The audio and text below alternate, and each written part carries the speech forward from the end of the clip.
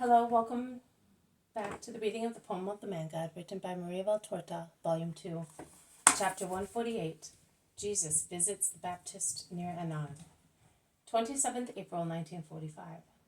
It is a clear moonlit night, so clear that the ground appears in all its details, and the fields, covered with corn which has just come up, look like green silver plush carpets, on which the country paths seem dark stripes, watched over by the tree trunks that are white on the moonlit side and completely dark on the other. Jesus is walking steadfast and alone. He proceeds very fast along his way until he reaches a stream that is flowing down, gurgling towards the plain in a northeast direction. He goes upstream as far as a lonely spot near a woody slope. He moves to one side, climbs up a steep path, and arrives at a natural cave on the side of the hill.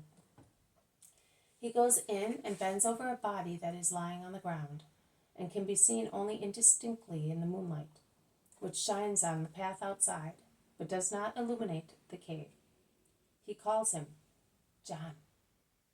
The man awakes and sits up, still drowsy, but he soon realizes who is calling him, and he jumps to his feet, then prostrates himself, saying, "How is it that my Lord came to me?" "To make your heart and mine happy. You wanted me, John. Here I am.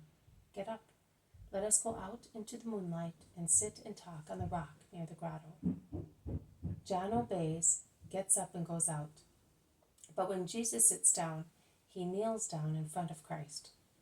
He is wearing a sheepskin, which hardly covers his very lean body, and he pushes back his long, disheveled hair, which has fallen over his eyes, to see the Son of God better. The contrast between them is very strong. Jesus is pale and fair-haired. His hair is soft and tidy, and his beard is trimmed round the lower part of his face. John is like a bush of very dark hairs, in which two deep-set eyes can be seen, two feverish eyes, I would say, as they shine so much in their jet-black setting. "I have come to thank you. You have fulfilled and are fulfilling, with the perfection of grace within you, your mission as my precursor. When the hour comes, you will enter heaven beside me, because you will have deserved everything from God. And in the expectation, you will already be in the peace of the Lord, my beloved friend. I will enter peace very soon, my Master and God. Bless your servant, to strengthen him for his last trial. I am aware it is now near, and that there is still one witness I have to bear, the witness of my blood. And you are aware more than I am that my hour is about to arrive. The merciful bounty of your divine heart has brought you here, to fortify the last martyr of Israel, and the first of the new era. Tell me only one thing. Will I have to wait long for your coming?"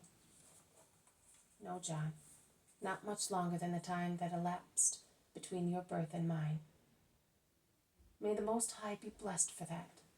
Jesus, may I call you so?" "You can, because of our blood and your holiness. The name which also sinners pronounce can be pronounced by the Holy One in Israel. It is salvation for them. Let it be kindness to you. What do you want from Jesus, your master and cousin?" "I am about to die. As a father is anxious for his children, so I am anxious for my disciples." "My disciples. You are a master, and you know how fondly we love them. My only fear in dying is that they may get lost like sheep without a shepherd. Will you please gather them? I give you back the 3 who are yours, and who have been perfect disciples while waiting for you. They, and Matthew in particular, really possess wisdom. I have some more, and they will come to you. Allow me to entrust those 3 to you personally. They are the dearest.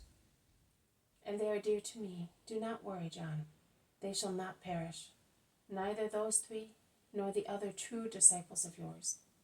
I will collect your inheritance and look after it as the dearest treasure received from the perfect friend and servant of the Lord." John prostrates himself to the ground, and what seems impossible in such an austere personage He bursts into tears, sobbing out of spiritual joy. Jesus lays a hand on his head. Your joyful and humble tears are in unison with the song of long ago, at the sound of which your little heart leapt out of joy. The song and your tears are the same hymn of praise to the Eternal Father, who has done great things, he that is mighty to humble souls. Also my mother is about to intone once again the song that she sang then, but later the greatest glory will come also to her, as to you after your martyrdom. I convey also her greetings to you. You deserve all respect and comfort. Here it is, only the hand of the Son of Man which is laid on your head, but light and love are descending from the open heaven to bless you, John. I do not deserve so much. I am your servant. You are my John. That day at the Jordan, I was the Messiah who was being revealed.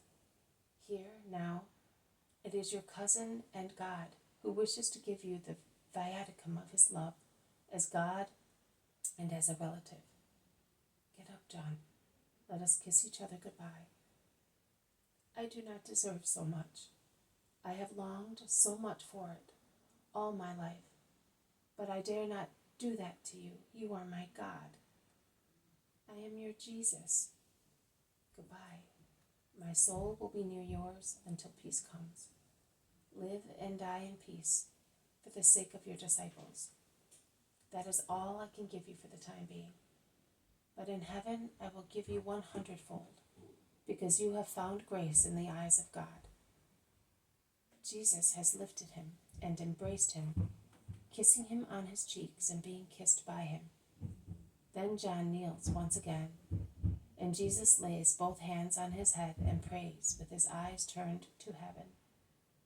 He seems to be consecrating him. He is impressive.